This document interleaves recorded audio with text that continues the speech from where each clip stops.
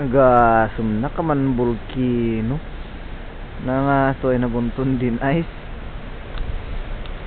Uy ay. Ito iman alinan biyahe danan lugan ay nakapara-parada di. Ay pwede. Tja. Ngayon bisat iman taman biyahe danan eh. Tak-tak eh.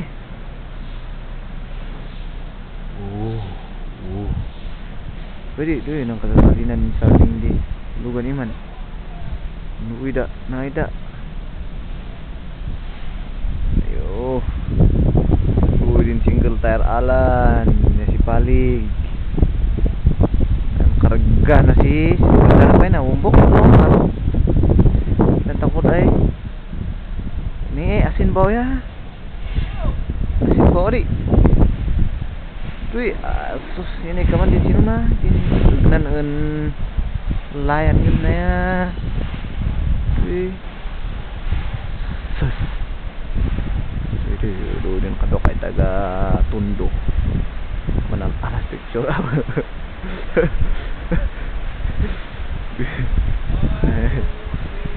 ya bro, hihiga ako dito. Hawakan mo ito ha. Video yan? Oo. Unan mo ako. Ayan po, nakikita nyo po ang aking kaibigan si Herman Bugtong. Masdan nyo po siya isang parang musmus na batang naglalaro sa isang makapal na umpok ng niebe. Tama na yan, nakikita bro. nyo po. Salamat, Brother George. Ito, oh. Tingnan niyo po si Brother. Binabasa niya akong papaano daw makasurvive. Ako mula pa noong bata. Oo, makasurvive sa ganitong malamig. At maranasang maglaro dito. Ayok ka man, pastor. Salatman kami sa pananalapi at material na bagay. Ngunit masaya naman kami at sama-samang sinasalubong ng aming pamilya ang Pasko kahit walang niebe. Ay naku, parang isang taon nang nakararaan. Mag-isa ako ngayon at malayo sa aking pamilya. Pakinggan lahat natin mga kaibigan, no? Sa kanila upang harapin ang sarili ko sa ibang bansa. Hindi man naging maayos ang pagtigil ko sa bansang ito. Lubos kong pinasasalamatan ang pagdala sa akin ng poong may kapal sa lugar na ito. Dito ko po naranasan ang lahat ng mga bagay na hindi ko naranasan sa ating bansa. Ang mawala ng matutuluyan at ang matulog sa PC Bank. Ang isa sa mga bagay na ang hindi ko lupit mo, brother. Para po akong tupanligaw. Alam niyo po yon, na walang mapupuntahan. Ngunit noong panahong yon, dala ko ang katatagan ng pananampalataya sa Diyos.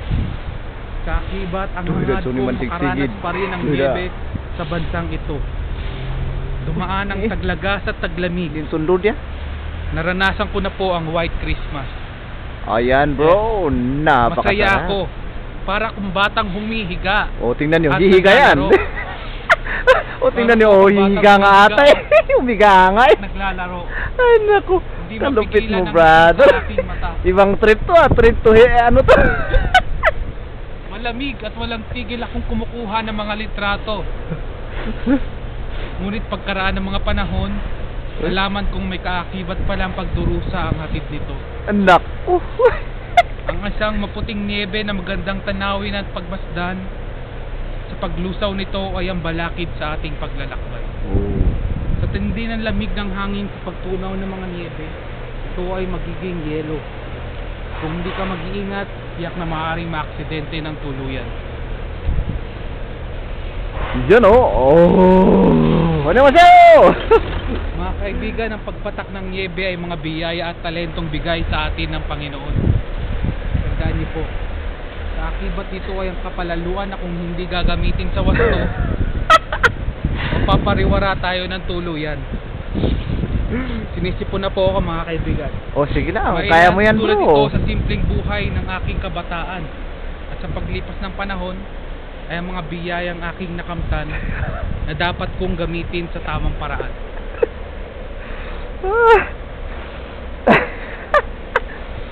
Okay, let's end it off. Dahil sa pagpatak ng nyebe, kasabay ang pag-usad muli ng bagong panahon at kabanata sa ating buhay. Maraming salamat po. Oh yes! Thank you very much, kapatid. Ops, yung sundo Replay ba natin, yan? yung sundo natin bro.